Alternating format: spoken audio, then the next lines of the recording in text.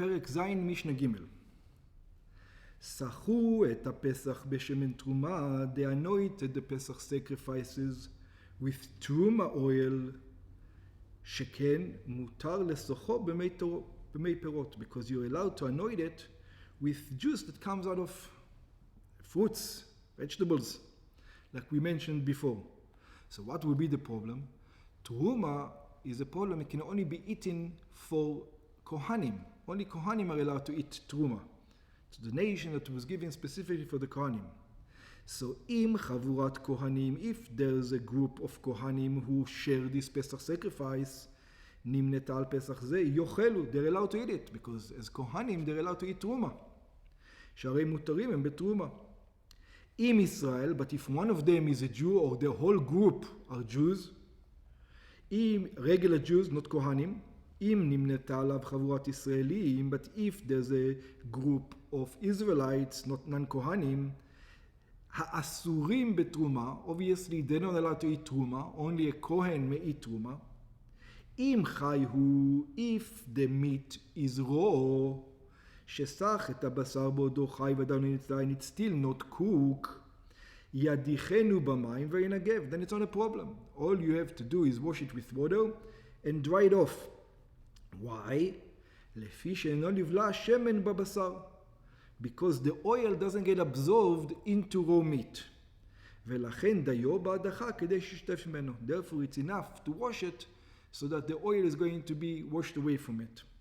ואם צליהו, but if it is already cooked, שסחה לאחר צליעתו כשהוא חם, that you pour the oil on the meat, you marinated it after it was already hot, ונמצא שנבלה בו השמן, and you find out that the oil got absorbed in it, into it, after it's cooked and hot, the oil easily penetrates, יקלוף את החיצון, he has to take away the outer part, the outer skin.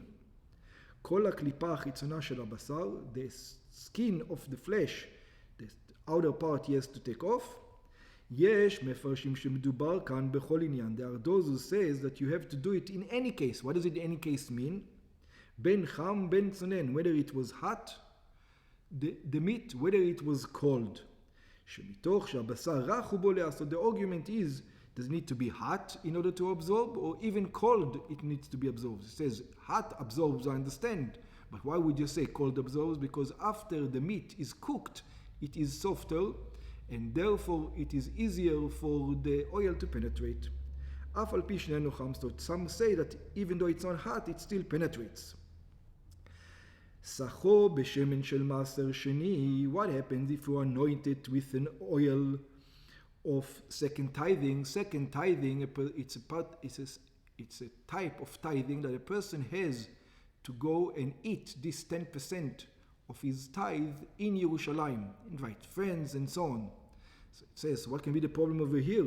If you anoint it with an oil of second tithe, everybody's in Yerushalayim here anyway, and everybody may partake of the Pesach sacrifice as a second tithing with the oil.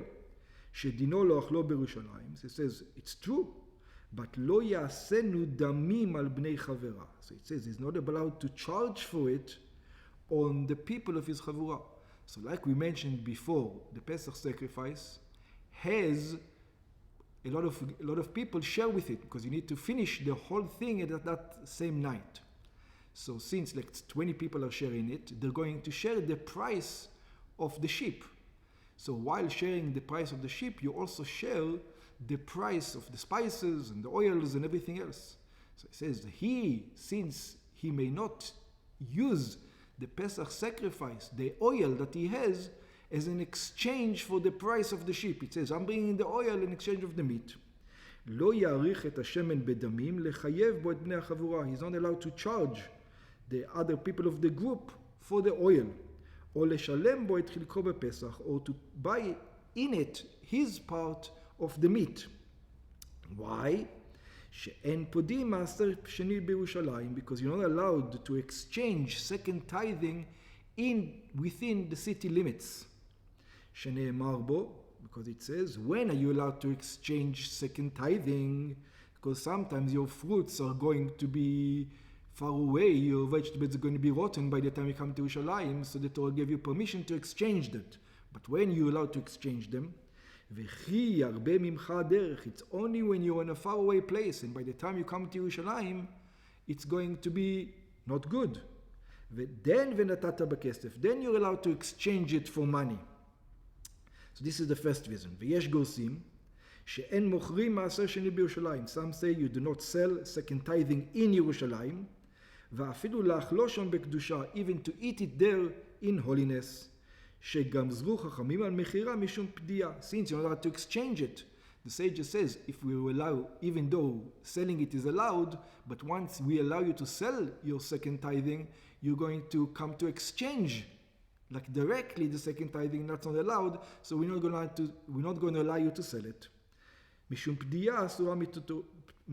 Because exchanging is forbidden from the Torah because it's in Yerushalayim and you're only allowed to do it out of the borders of Yerushalayim.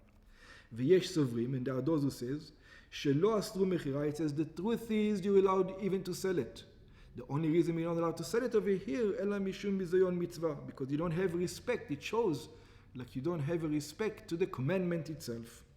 Kmo sheshaninu b'tchilat masechet Maaser Sheni, just like we explained in the beginning of the second tithe tractate, she'en mochrim oto ve'en mashkinim oto, that you don't sell it and you don't exchange it.